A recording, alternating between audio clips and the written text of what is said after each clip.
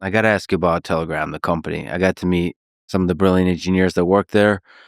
Telegram runs lean relative to other technology companies that achieve the scale that Telegram does. It has very few employees. So, how many people are on the core team? Let's say the core engineering team.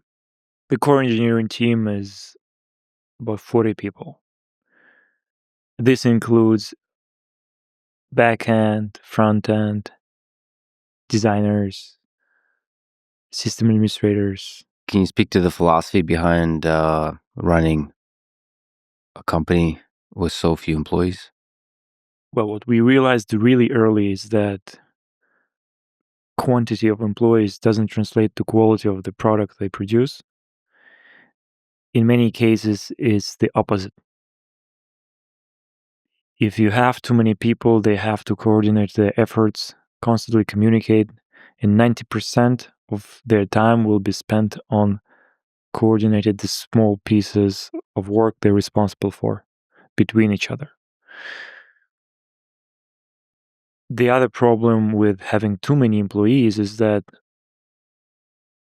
some of them won't get enough work to do. And if they don't get enough work to do, they demotivate everybody else by their mere existence. They're still there, they're still getting the salary, but they don't do anything. And if they don't do anything, more often than not, they will start trying to find their purpose elsewhere. Maybe inside your team, but not by doing productive work, but by finding problems that don't exist within the team. And that can disrupt the team and the mood inside it even further.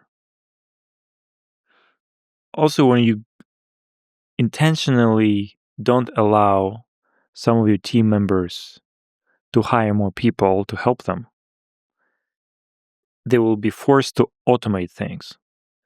In our case, we have tens of thousands of servers around the world, almost 100,000, distributed across several continents and data centers.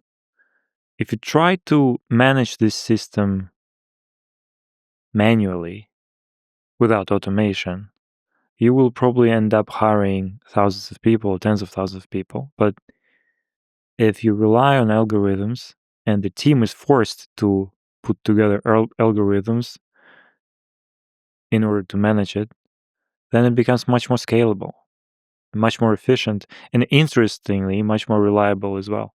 And more resilient to the changing geopolitics, to the changing technology, all of that. Because if you automate the distributed aspect of the data storage and all the compute, then that's going to be resilient to everything the world throws at you. I suppose if you have people managing all of it, it becomes stale quickly. Yes.